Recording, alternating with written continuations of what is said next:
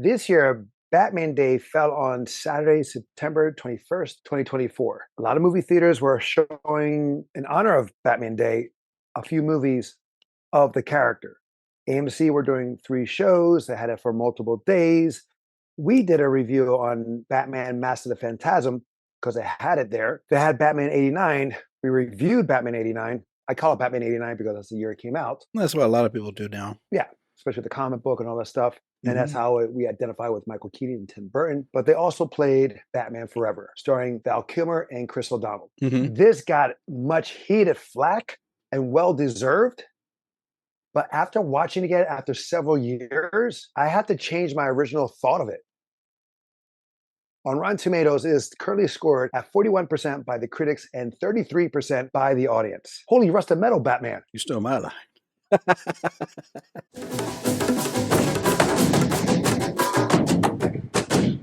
Welcome back to A Tales of Two Bros. My name is Angel, I'm a Don. where we give you a review at least once a week. Spoiler alert. How was your movie or theater experience? There was one other person in the theater.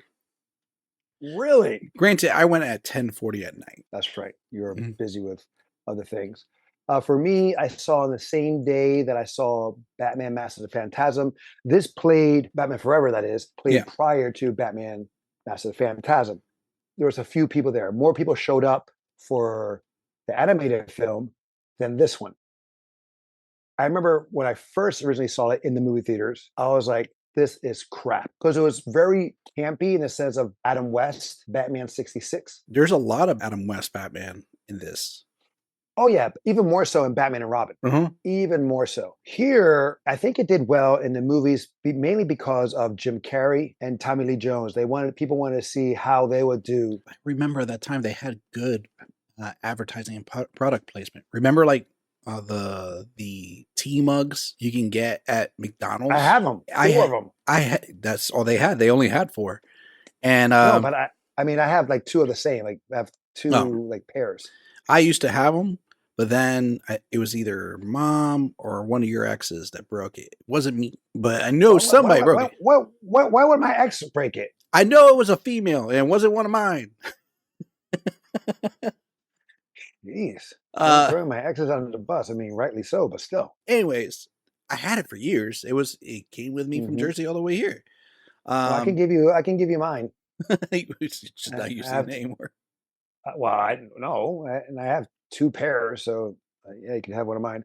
But Tommy Lee Jones was Two-Face, Jim Carrey was the Riddler, Val Kilmer now taking the role of Batman and Bruce Wayne. Yes, because Michael Keaton refused to continue because Tim Burton was no longer welcomed. He wanted to do it, but Warner Brothers said no. Yeah, they had different plans because they felt that his last one, Batman Returns, was a little too dark. So they wanted to lighten. They went into a whole different thing. Yeah, which is a shame because what he brought in Batman Returns was, I think, beautiful. And Chris O'Donnell being Dick Grayson, aka Robin, a grown man, a grown man, a grown man, Robin, right?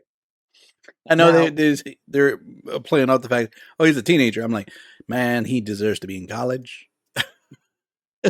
I know. I mean, when they found, it was like, I think in the comics he was like 13 or under. Yeah, like the whole the Night of the Graysons falling. That's that was in the comic, but done differently. The story was different. Yes, and I have a problem with that. How they died in this. Oh yeah, they do. It's like it makes no sense.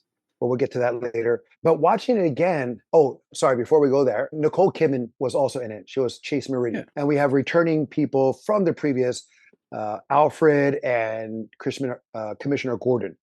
They reprised their roles, the same actors. But I have to say, Val Kilmer was a great Batman. Not a great Bruce Wayne, but a great Batman. After watching it again, I was like, wow, he really got it on this. That's one of the critiques I always have, like depending on the actor, usually it's either they're a good Batman or they're a good Bruce Wayne. Right. And usually it's very hard to have a good in between. Well, Michael Keaton did both great. You have also, I would say Christian Bale was a good Bruce Wayne. I would not really say he's a good Batman. Again, that's what I was saying, like one or the other. It's usually one or the other. Yeah. Right. Robert Pattinson, I think he did great in both. I give him his due for what that, what he did there in that, the Batman, in the sense of being depressed and like focus on trying to solve, murders and trying to help fix Gotham, a guy on a mission. Batman 24/7, and coming out being Bruce Wayne, still being solemn, and you have that little bit where Christian Bale, he's Batman all the time, and Bruce Wayne is his mask. Yeah. I really don't like his Batman in face smashing. Swear me. Yes. Where is she? Came to the face. Joker. You gotta pucker the lips. Joker. But again, Val Kilmer did a great job. I just had, sometimes he was Bruce Wayne. It was good in the research lab, the R&D. Yes, that was a good moment. That was a good moment as him as Bruce Wayne, where he's getting the information about the Riddlers. Also, like when he's trying to investigate the Riddler, and like that scene where he's invited to the party. Yeah, and that was a great scene too, because I mean, okay, what's great about here, and there's so many things where you have the Riddler, Enigma, Jim Carrey. He sees Bruce Wayne as an icon, a role model, a hero, what have you. An idol. As they say, don't meet your heroes. Of course, Enigma was a little bit too strong. Well, granted, but I'm just saying that you meet your heroes, you're most likely to be let down by them or meeting them. You see their true colors, what have you. Now, granted, Bruce Wayne was more civil in the sense of why he didn't want the program to continue. He deducted right away. You're manipulating brainwaves. Yeah. You're manipulating people. You're taking, it's like, no, he saw the problem right away. In fact, he actually was given it a chance. But what happened was Enigma kept pushing. He's like, give me the paperwork. I'll read up on it. I'll see what's the potential here. He's like, oh, I'm afraid that's not going to work. We're going to need a decision now. Yeah, exactly. And so Bruce was like, you know what, then forget it. If I can't get the research, if I can't have the trials, then no. Really, what any reasonable businessman would just say, okay. Exactly. Yeah, that's a logical. Matter of fact, that's a better result than just getting shot down. The guy's like, I'm interested. I want to look at your paperwork and look at your results. Hell, that's more than a lot of people ever get. And he just like, no, that's not going to work for me. I'm like, Enigma, please. Right. Oh, Drew Barrymore is in it. I forgot she was. Yeah, and what's the other girl's name? The opposite of her? Debbie Mazur. She looked great. They played Sugar and Spice. Parts. I mean, there was those nice like cameos in this movie, small parts. Like even Don the Dragon Wilson is in this.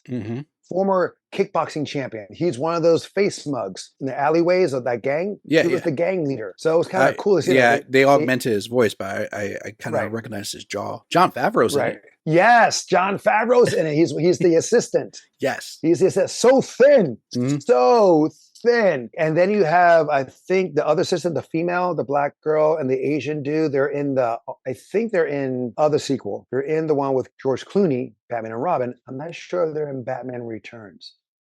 I'm not sure about that. But yes, Jon Favreau's in there. I was like, holy crap. They have a lot of influence from Batman 66, as we mentioned, and also Batman, the first one, where Val Kilmer, Batman, opens up the safe in the beginning. Yeah. There's an angle, and he opens up the safe in the angle.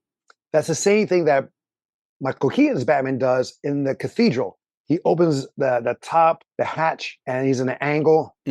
Same kind of scene and shot, but different settings. Then you have where he's escaping and he shoots the batarang from the Batmobile and he's going up the building. Yes. It's similar to Batman and Robin. In the TV show, they're climbing up the building and they're looking at people through the windows. I think a lot of it was Easter eggs in that capacity because there's a lot of things you can compare to.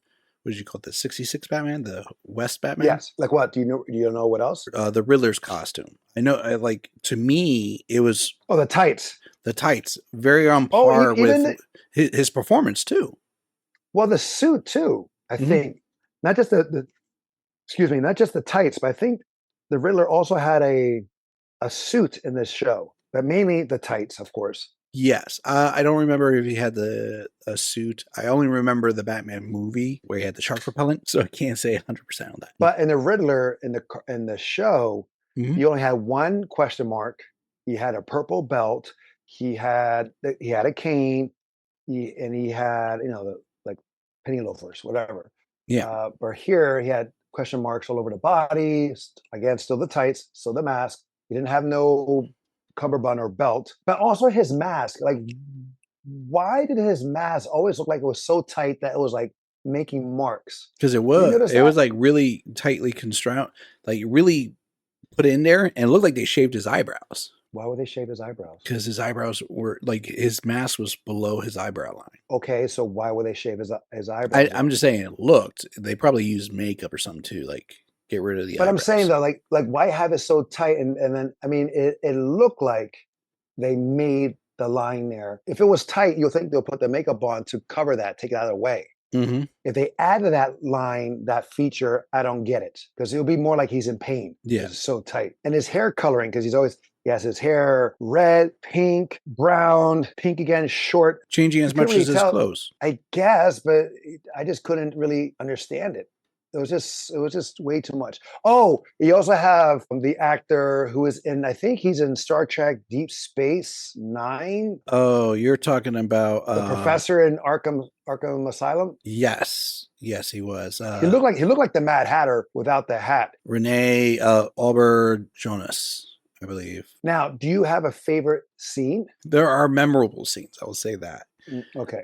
When he's like doing laundry. You know what that's from? That's from Dreadnought. That's what I was gonna call out. I'm like, yo, that's Yeah, straight up deep cut Dreadnought. dreadnought. Yeah, Yin Biao. Yeah, That's how he used to do laundry. which the perfectly good dryer right next door. Right next to it, and then he makes a mess, so he has to get up a mop. I was like, he Yes, did but he all only that. mops like this one section of the floor, and I'm looking at the walls, and there's water all over the walls, and I'm like, Right. Alfred's got to be pissed. Well, it's just water. It's not like wine or anything like that. But yeah. Oh, yeah, still. But is that your favorite scene? No. I would say I like the interactions with Riddler and Tommy Lee. I didn't like Tommy Lee by Two himself. Face. Yes, Right. You know that they had issues together they filming. did. Tommy Lee Jones hated Jim Carrey. Well, because he didn't understand his method or how it was, if I understand Well, correctly. well, Jim Carrey is an over actor, but he performs well. But he's like he goes over the top every time. Tommy Lee Jones, who's a trained thespian Mhm. and seasoned, he was just getting annoyed by the theatrics of Jim Carrey, which makes this bad because it forces Tommy Lee Jones to break out of the norm of Two Face, Harvey Dent. Yes, And also, this is the third Harvey Dent of the Batman trilogy, Tim Burton's, and with true, Schumacher, true. Jerry Yeah. Schumacher, because Billy D. Williams was in the first one, then had another guy on the second one, and then this guy here. Mhm. But for me, like everything that Jim Carrey did was awesome. Yes. You believed him as an insane person. You believed him that a person that idolized Bruce Wayne. You believed him that he was intelligent. You believe that So what was funny is like Brooke. I remember as a kid and still rewatching, I'm like, I would have loved to see Jim Carrey's interpretation of Joker. That's the thing. You have Tommy Lee Jones. You have Jim Carrey that are actually acting like the Joker. And I saw that Tommy Lee Jones was like trying to act like Jack Nicholson's Joker mixed with Right. his character from Under Siege. Which one? When he takes over the battleship. Oh, Tommy Lee Jones. Yes. Yes. Okay. But I'm just saying, like, all right, never mind. Sorry, because I'm Yeah, but if you thinking took of those two both, but- characters and put them together, Jack Nicholson's Joker and Tommy Lee Jones from Mhm. Under Siege, that's your Two-Face, which he's supposed to have split personality, barely shows. Right. He goes to the coin twice. No, actually, like 3 times. He goes to the coin 3 times. For me, I remember is when they break into the mansion Mhm. at the end. Mhm. What was the other time? At the beginning, when he puts the guy in the safe. Oh yeah, but then whatever. But he doesn't let.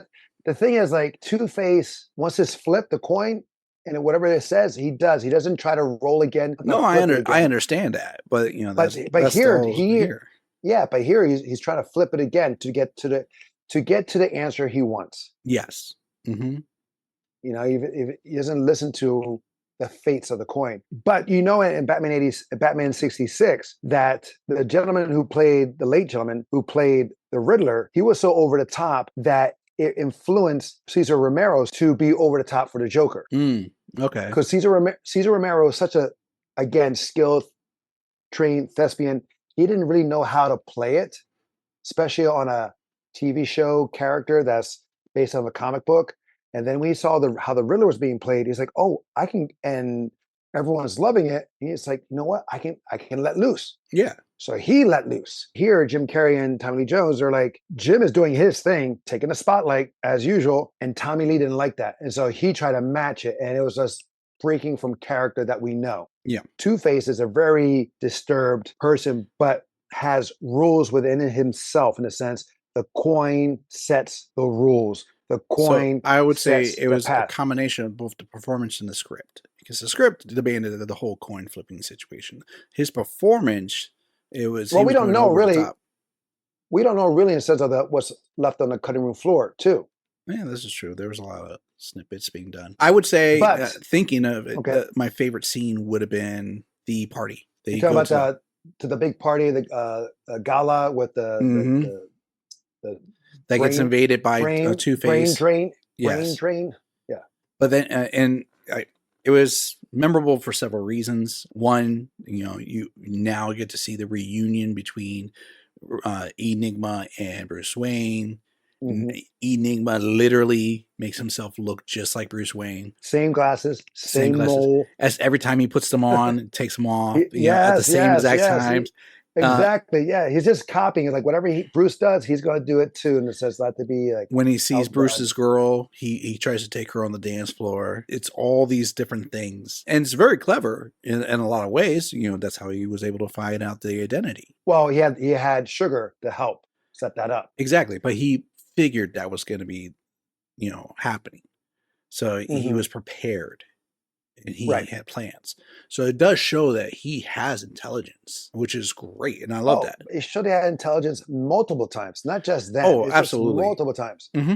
And my favorite scene, I have to say, yeah, I'm pretty close with that one too. And that says with him in the reunion, like you say, of Bruce Wayne and Enigma at the gala. I thought you were going to say when the Bat car got stolen. No, that was stupid. And then all of a sudden, out of nowhere, the tail fin splits in two. Well, it's because he doesn't know how to ride it. He doesn't know what he's doing. You see him like he's stalling. But you don't see it in any other scene in the movie. It's like a random feature. Right. We don't see its use. Yeah. Exactly. Oh, you know what I like? The battleship scene. That was fun. Riddler and Two-Face, they figure out that they're coming to infiltrate the island.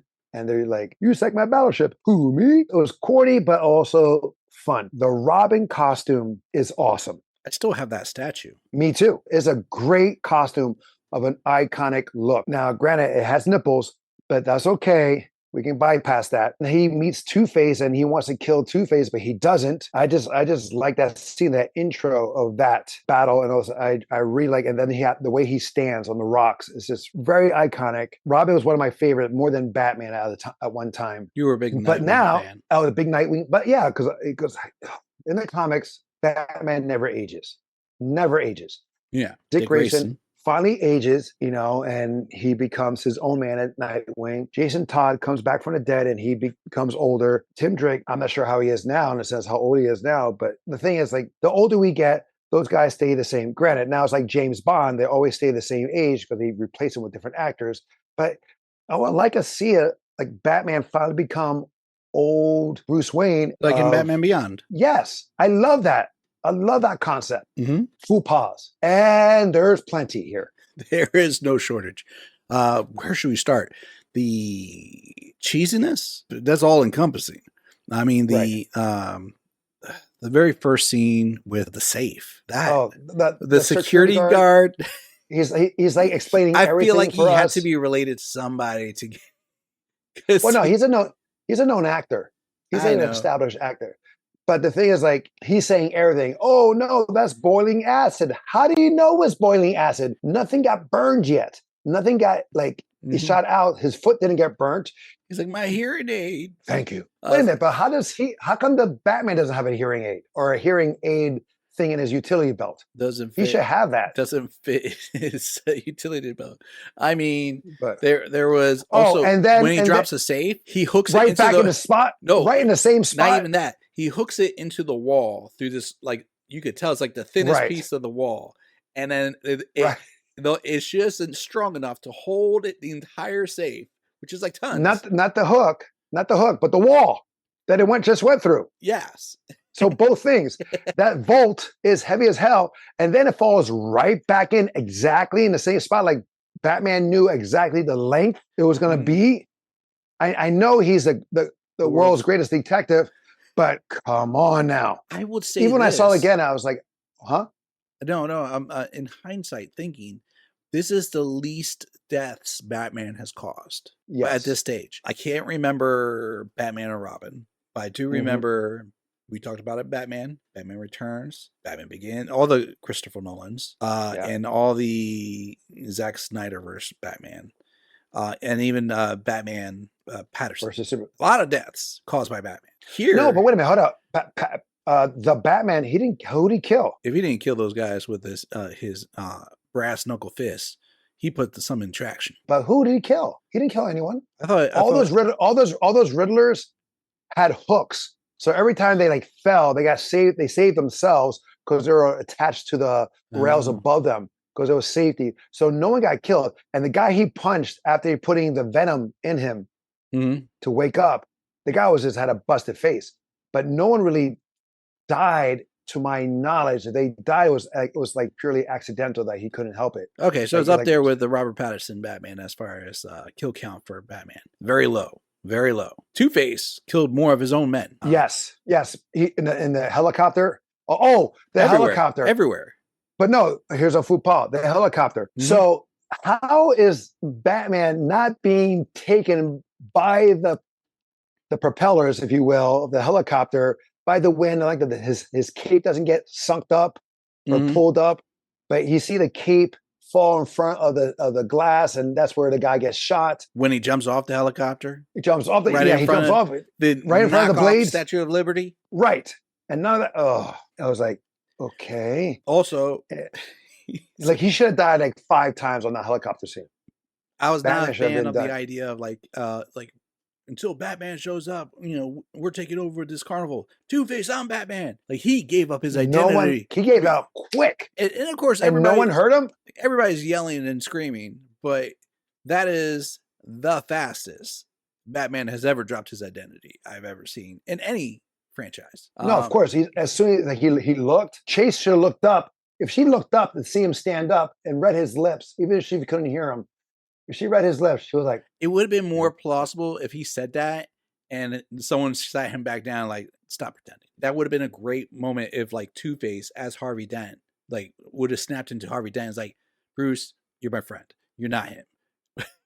and if you heard him, here's the thing. In that scene also where the death of the Graysons. I know you have a problem with this. Yes. He shoots up in the air, Two-Face. Yes. To stop them from grabbing the bomb. Which they do. Right? He shoots at the chains. He doesn't shoot at them. I thought it was just like a wildfire shooting. No. He was shooting at the hooks and all the stuff where they were on the ropes and all the stuff, and hence they fell. I was like, why would you shoot that instead of shooting at them? They're much bigger targets. They're wearing colorful outfits. How can you see those chains and wires with flashing lights and pretty much in the dark when you can shoot them? It would have made a better, believable scene. And I know in the comics, there's like Robin and Two-Face. Like Two-Face always hated Robin. It didn't matter who Robin was, but he just hated Robin. And I can't remember why that's the reason, but he had a hate for Robin. But it wasn't tied to like Robin's origin. It was just like, no, it was just something else like Robin. One of the Robins, I think Jason Todd, stopped Two-Face from this big evil plan of his. And then Two-Face got asphyxiated with Robin. So whoever was Robin, Jason Todd, Tim Drake, whoever, he was just always trying to get Robin. But yeah, that was one of the faux pas. Another faux pas is like the mansion, Wayne Manor, no security cameras. So the trick or treat. This could be considered a Halloween movie. Someone left the riddle at your front gate. There's no cameras at the front gate. No cameras. The kids walk in out of nowhere. I thought the Wayne Manor was like far away, but they're walking on foot. Yes. To trick or treat, and I was like, wow, no parents. Those kids have good cardio. Good cardio and no chaperones. No, But yes, there's no security cameras. There's like no alarm system going off, like, hey, you have something here or something like that. And how does that envelope stick easily onto the gate right away? I assumed there was like a magnet in the envelope or something like that, but that's an assumption. There's so many faux the, Oh, all the almost neon every, lights for everything. I'm like, they tried to make this a toy product placement oh, everywhere. definitely, definitely. And it was, but everything that he does, besides the Batmobile for the most part, every other vehicle gets destroyed in every Even the pod movie. from his office. What about his pod from his office? Oh, yes, Yeah. it's short circuit. It's short circuited. You're right.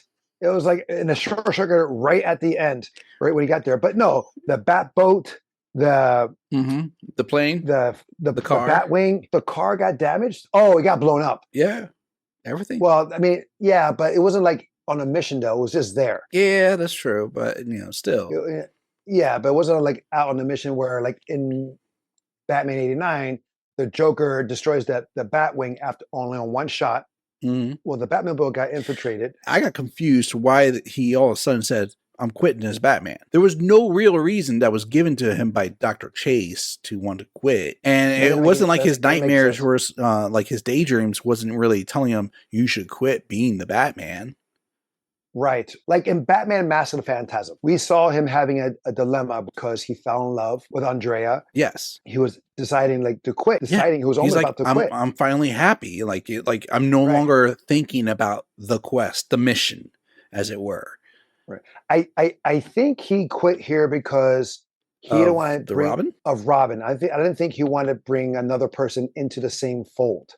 Yeah, that didn't happen he didn't need to quit to do that. I mean, yeah, no. The other guy did say like, I'll just keep following you no matter what. Right. And I'll still do it. Yeah. That was a nice scene too. Okay. That was a nice scene too, from the gala until he escapes and then he falls into that slide and he see that the Two-Face shoots a fire grenade, whatever. Also, how did Batman have a force field? Well, he hit a button for the cape. Yes. The cape.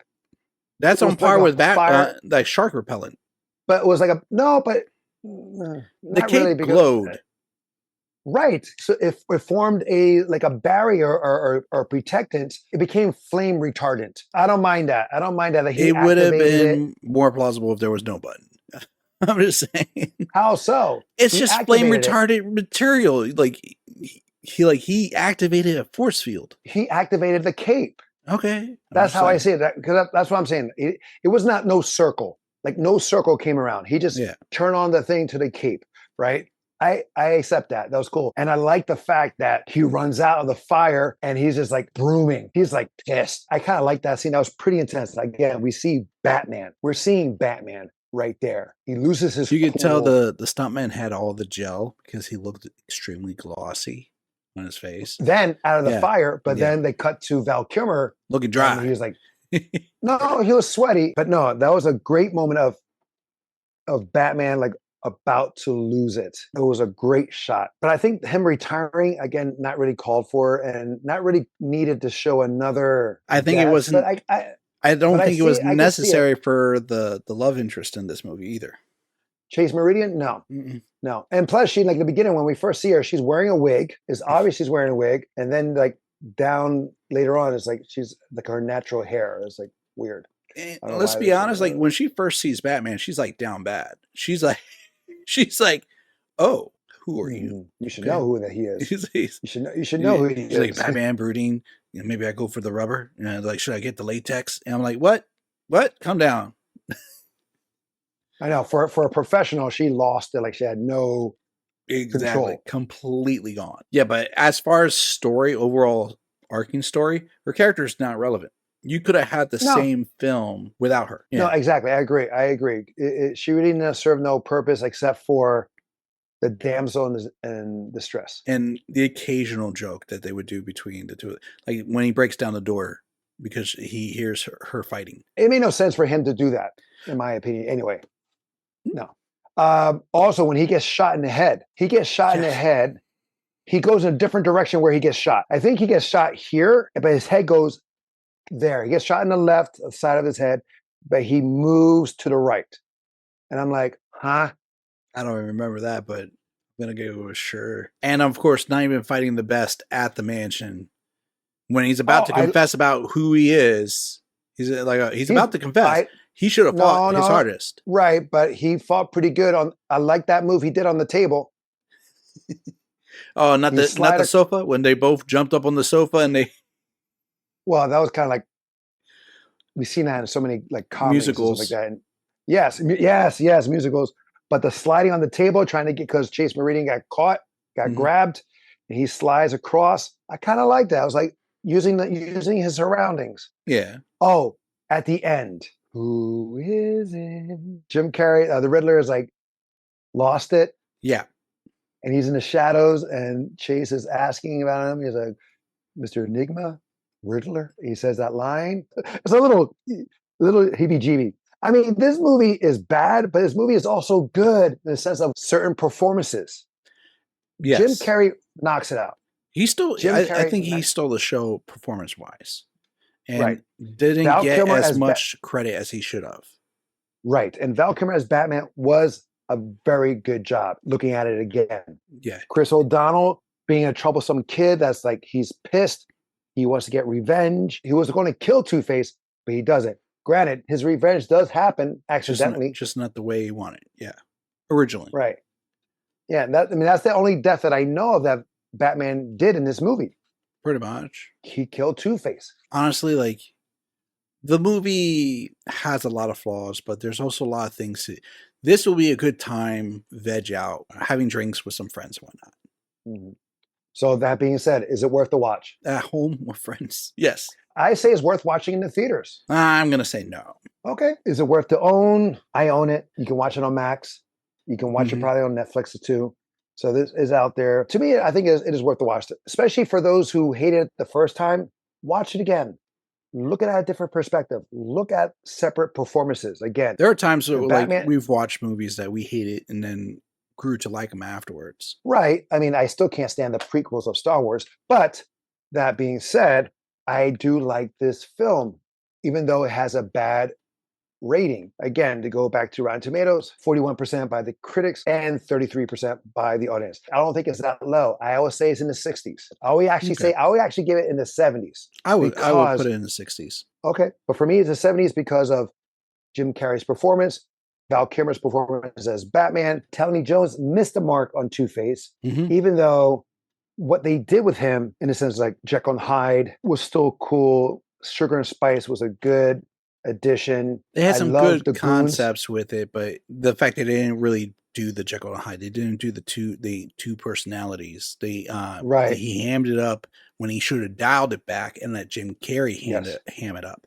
Right. Those things didn't work. I agree. And Chris O'Donnell's performance as Dick Grayson was done very well. It was believable. You can see where he was angry, he was troubled, but he was able to let go at the end. He didn't let it consume him as feared by Alfred and Bruce Wayne. I think Alfred feared less. He trusted him. Yes. He trusted him, yes. But there was still some fear. Not as much as Bruce Wayne. Mm-hmm. Oh, and then also here's another thing where he makes Alfred do everything, or he gives the persona he does in the sense of the motorcycle. Oh yeah, this one doesn't run. Alfred's still trying to fix it. I mean, that's trying to work on pretty much Alfred in like cartoons and comics. But I understand. But the thing is, it's just funny that he has Alfred do every single thing. But I think he does. Let's be honest. In every Batman iteration, the true GOAT is Alfred. Yeah, but you see like Michael Keaton's Batman working on the Batmobile in Batman Returns. Yeah. So it's not Alfred doing the work. He's Q. He's James Bond's Q. Mm-hmm. Alfred is, right? But also as Bruce Wayne is his own Q because that's the thing. But right. Also, one more faux pas, the title. Yeah. The title doesn't work. Batman Forever? Well, I remember when it came out. Forever. It's the third movie. Yeah, but Batman and Robin, the next the other title where the Batgirl comes in. I'm like, no. It should have been the other way around.